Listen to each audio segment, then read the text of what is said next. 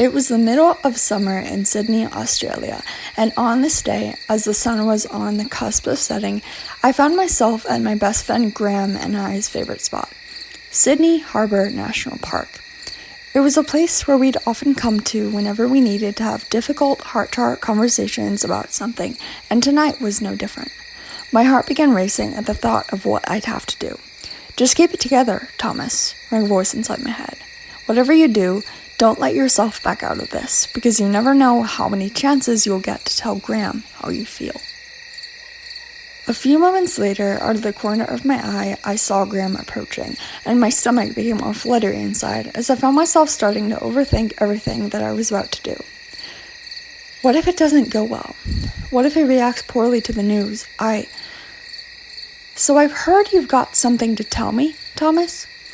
The sound of his voice snapped me back into reality. I smiled at him just as my heart rate began ticking upward again, threatening to make me come undone. "No, I'm not going to back out of this," I reassured myself. "Not today." Yeah, I stammered. I do. I was yet again starstruck by how handsome he looked that I found myself at a loss for words. Graham arrived to our usual spot in the park dressed in a peach-colored tank top, light blue shorts, and black flip-flops, with his short blonde hair gelled back. Something I'd argue was the perfect attire for a sweltering hot summer day in Sydney, Australia, but that's besides the point. Ever since we met during our senior year of high school nearly 2 years prior, I'd secretly always found myself mesmerized by him, even before I'd come to the realization that I was gay, for which I'd only realized until after I'd started uni, but that's a different story for another time. The point is that I'd secretly always had a crush on Graham, and I'd always wondered if perhaps he'd felt the same way. "Well, you're not the only one who has something they'd like to get off their chest tonight," Graham said with a slight chuckle, smiling. What he'd said ultimately came as a surprise to me, and without missing a beat, I said, "Mind if I go first?" Graham smiled. "Or how about, on the count of 3, we each say what's on our mind, 'kay?" he said playfully, raising an eyebrow at me. My cheeks flushed red. "Sure, if you want to," I replied, bracing myself for what was about to unfold. Graham was always so playful like this, which was a quality of his I'd grown to absolutely adore. Graham held up his hand and slowly put up 3 fingers, all while glaring at me intently and saying, 1, 2, 3.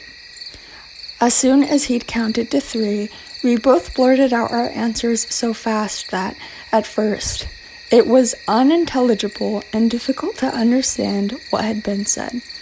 At that moment, it sounded like we'd both said, "I like you," or something about the other person having a crush on someone, but the answers remained unclear. Graham and I both looked at each other in surprise, and right then I repeated myself, slower this time. "I know this might seem unexpected, but I've had a crush on you for a while, Graham, and I can't keep it to myself anymore." To my surprise, Graham smiled, and to my amazement, he then said, "I feel the same way about you too, Thomas. I always have." I perked up upon hearing that, trying my best to contain the joy that was radiating through me. "Oh, really? How long have you known?" I asked. Graham's cheeks, I noticed, began flushing red not long after I'd asked him this. "The night that we, got really drunk at Jack's party last summer, we were alone chilling in his hot tub in his back garden, and God, this is so embarrassing, but I found myself wanting to confess my feelings for you right then, but I feared that." Graham's voice trailed off slightly where, for a moment, he broke his gaze with me and stared at the ground before glaring back up at me again. "I feared that now wasn't the right time, and you'd either think I was joking or you wouldn't feel the same way." "What? No, that's not like me at all," I replied, reassuring him. "I'd never felt that way about, but it kills me that you thought you couldn't tell me this. In fact, I wish you told me sooner. Graham, I Do you realize how happy I would have been hearing you say this? Especially considering I've practically been in love with you since the day we met. Without warning, Graham silenced me by suddenly pressing his lips against mine in a passionate kiss.